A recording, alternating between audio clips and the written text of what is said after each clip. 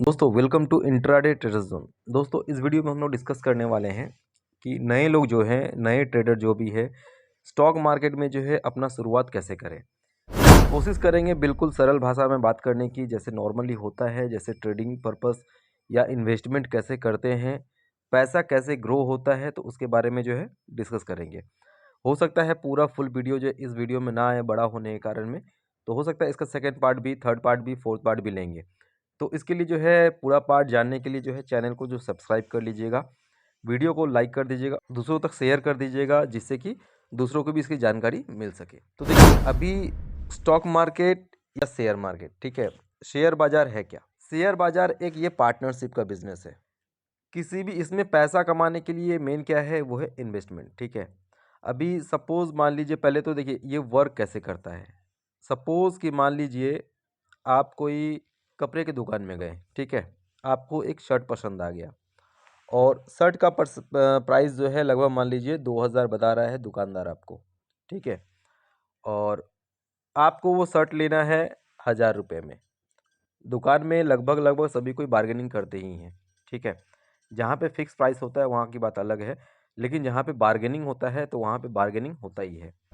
जैसे कि मान लीजिए 2000 में आपको शर्ट का प्राइस बोला, आपने बोला कि मुझे 1000 रुपये में देना है, लेना है इसको। अब वहाँ से क्या होता है, थोड़ा बहुत वो नीचे आ जाएंगे, वो बोलेंगे 1500 रुपया। आप बोलेंगे नहीं, हम तो 1200 रुपया ही देंगे, ठीक है।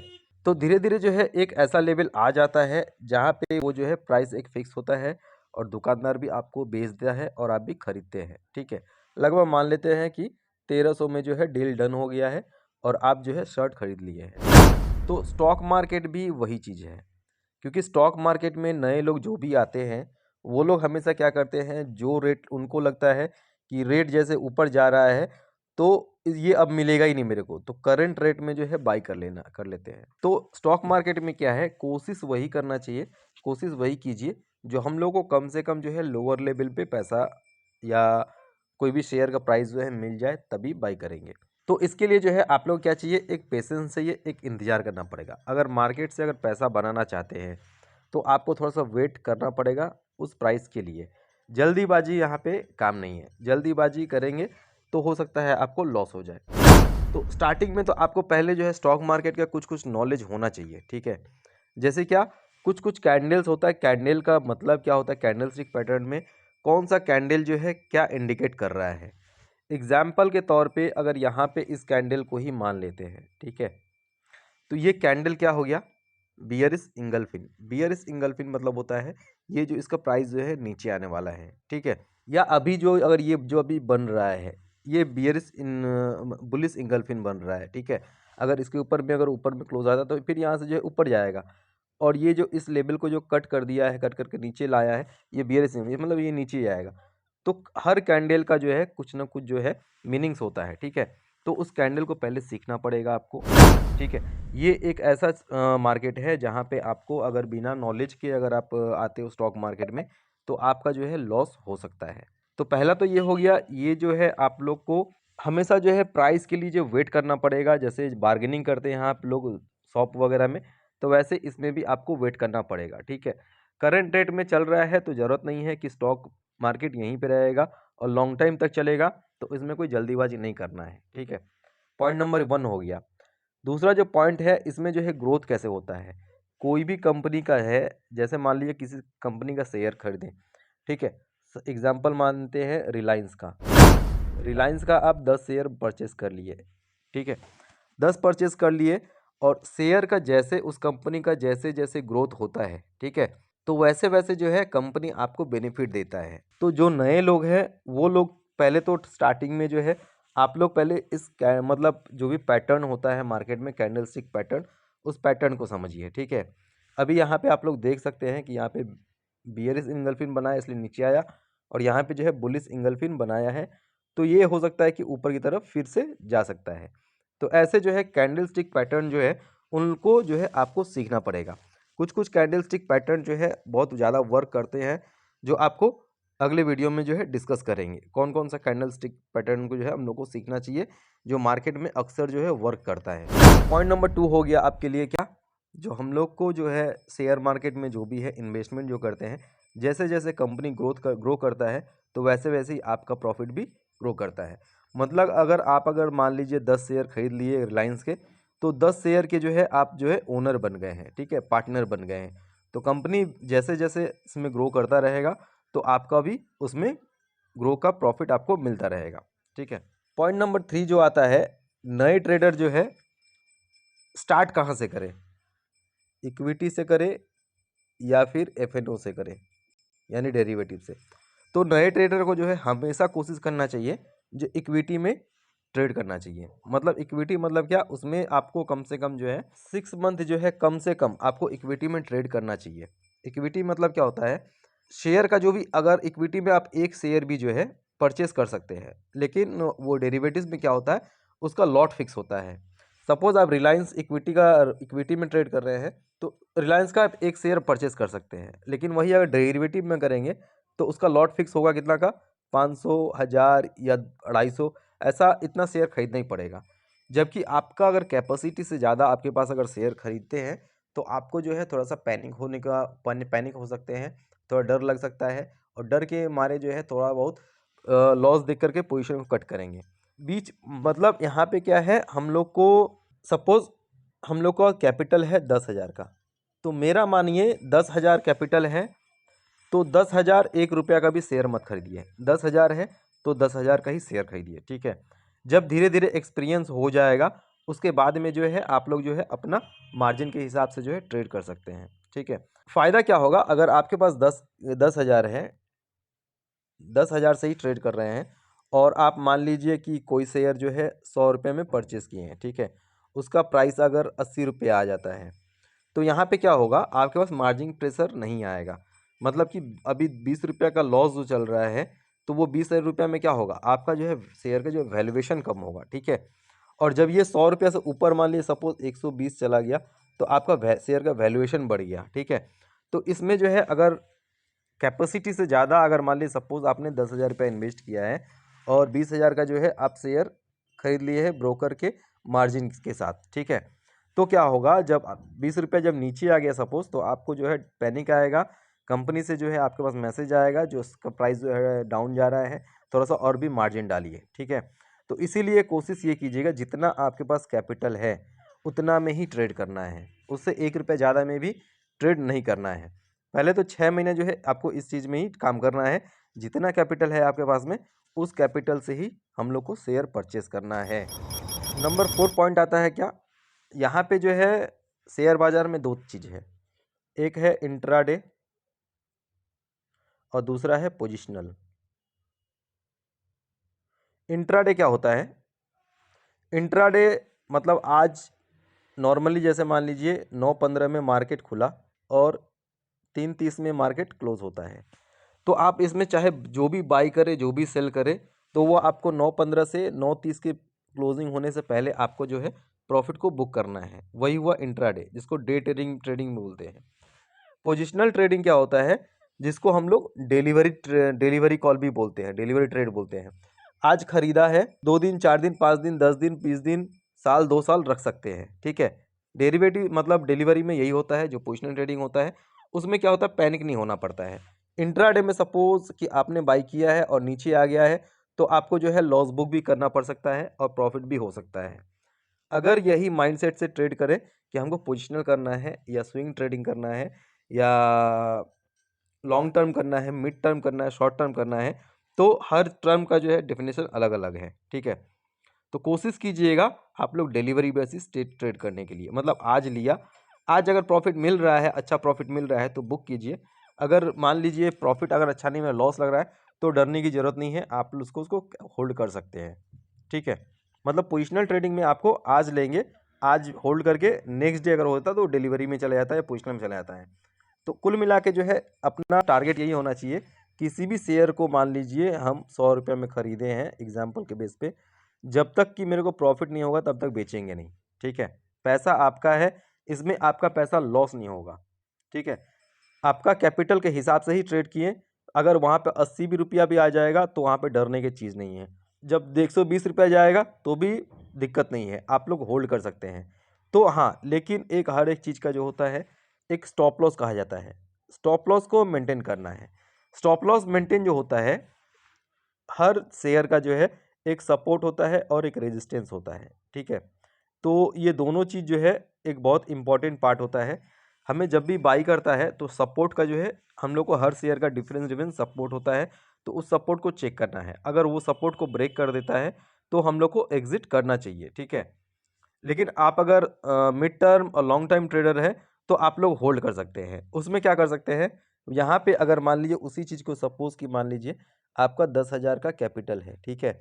आप 10,000 में से 25% जो है 100 रुपये में बाई किए, और मान लीजिए 80 रुपये आ गया, फिर 25% बाई किए, और मान लीजिए नीचे और भी आ गया तो वहाँ पे 25% बाई कर सकते हैं।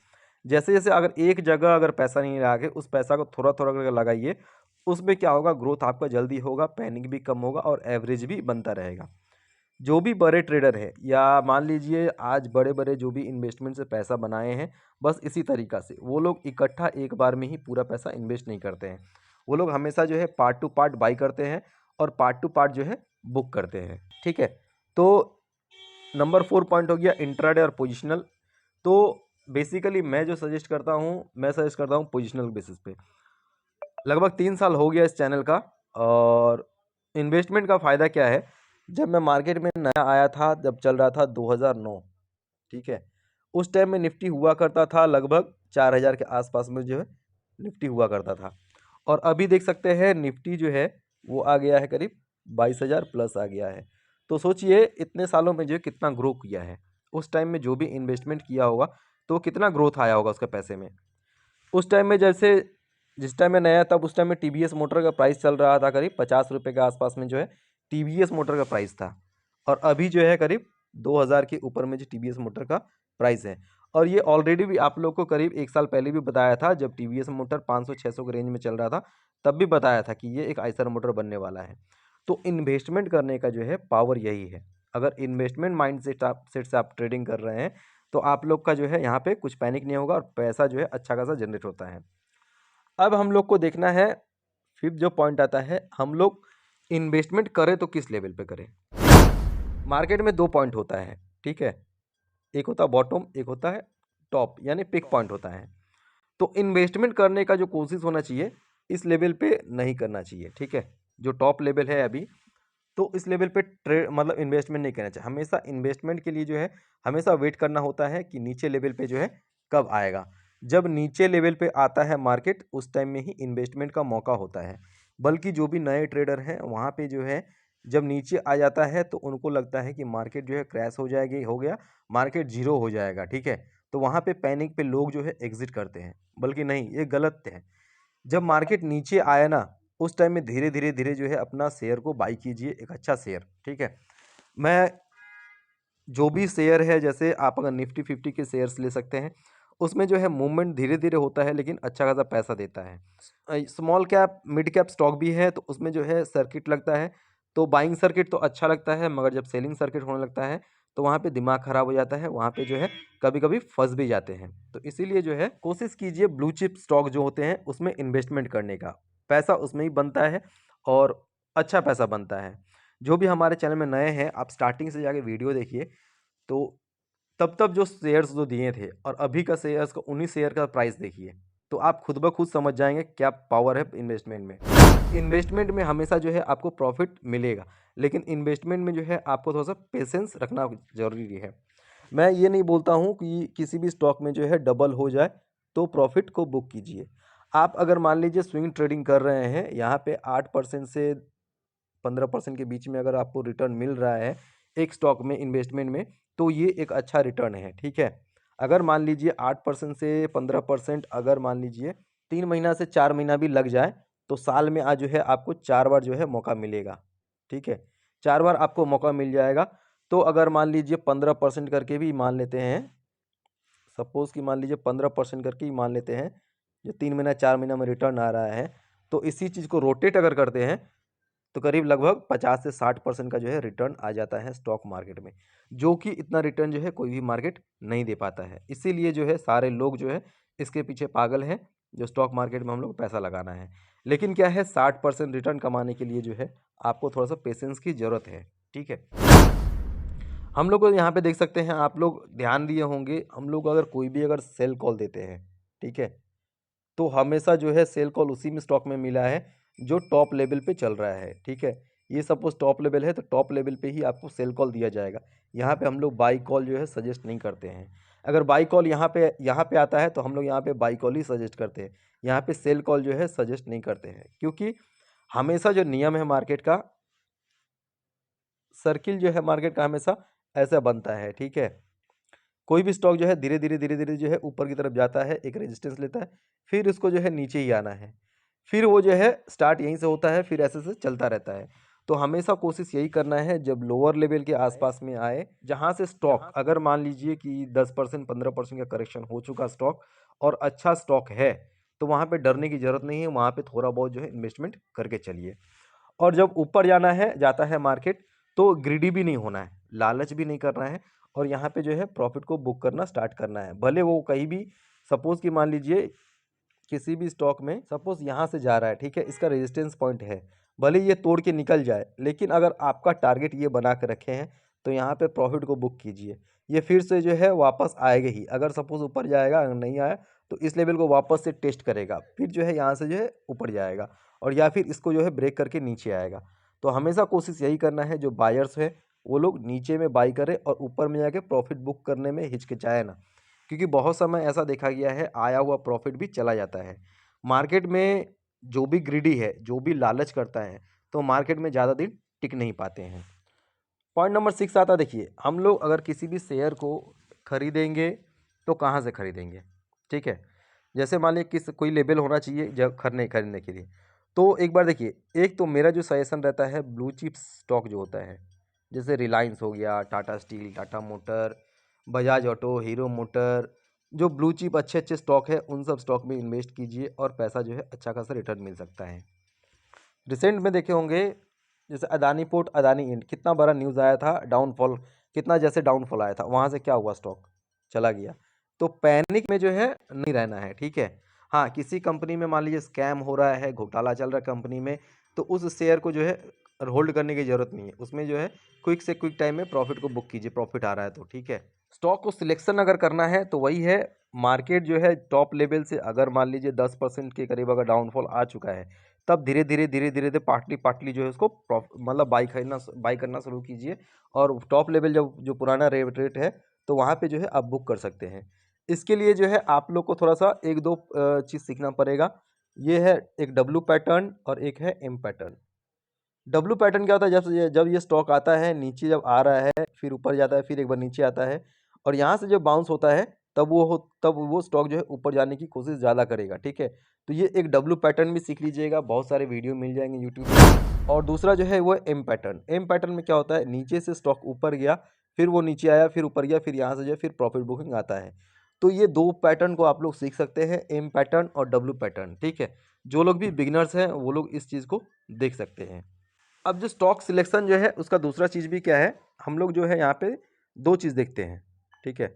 पर्सनली मेरा बात कीजिए तो दो चीज़ देखते हैं, टॉप गेनर और टॉप लूज़र। टॉप गेनर जैसे है, अगर मान लीजिए कोई भी स्टॉक अगर ऊपर से मान लीजिए करीब कंटिन्यू 8-10% नीचे आ गया और वहाँ पे वो टॉप गेनर बन गया, यानी 3 से 4% का अगर क्लोजिंग दे दिया ग्रीन में, तो उस स्टॉक को ढूंढ लीजिए, ठीक है। जब अगर 10% ऊपर से गिरने के बाद में 3 से 4% जब गिर जाता है स्टॉक, तो वैसा स्टॉक को आप लोग जो है देखिए, जो टॉप गेनर में कौन कौन से स्टॉक हैं, ठीक है।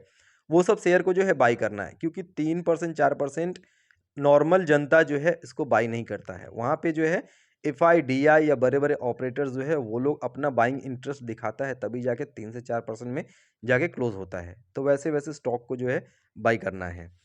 टॉप लूजर में क्या होता है, अभी सपोज कि नीचे से ऊपर चला गया और यहाँ पे आके वो टॉप लूजर बन गए हैं, यानी 3 से 4% जो है डाउन में क्लोज दिया है। इसका मतलब ये है, बड़े बड़े ट्रेडर, HNI ऑपरेटर्स, FIDI, वो लोग अपना यहाँ पे प्रॉफिट बुकिंग कर रहे हैं और वहाँ से स्टॉक जो है फिसल सकता है। तो जब वो अगर 3 से 4% में अगर रेड में क्लोजिंग हो जाता है, तो वैसे स्टॉक में जो है आप प्रॉफिट बुकिंग भी कीजिए। वापस जब नीचे आएगा तो फिर से वापस जो है ट्राई कीजिए। तो स्टॉक सिलेक्शन जो है ऐसे ही होता है। उसके अलावा मार्केट में सीखने वाली चीज़, जब डेरिवेटिव्स में ट्रेड करेंगे तो बहुत चीज़ सीखना पड़ता है, PCR, P रेशियो, ये सब जो है बहुत कुछ सीखना पड़ता है। तो ये जो वीडियो ऑलरेडी जो है 22 मिनट का हो गया, इसका सेकंड पार्ट जो है लेके आएँगे और उसके लिए जो है सेकंड पार्ट में क्या है हम लोग डिस्कस करेंगे। तो उसके लिए जो है चैनल को सब्सक्राइब कर लीजिए और वीडियो को लाइक कर दीजिए।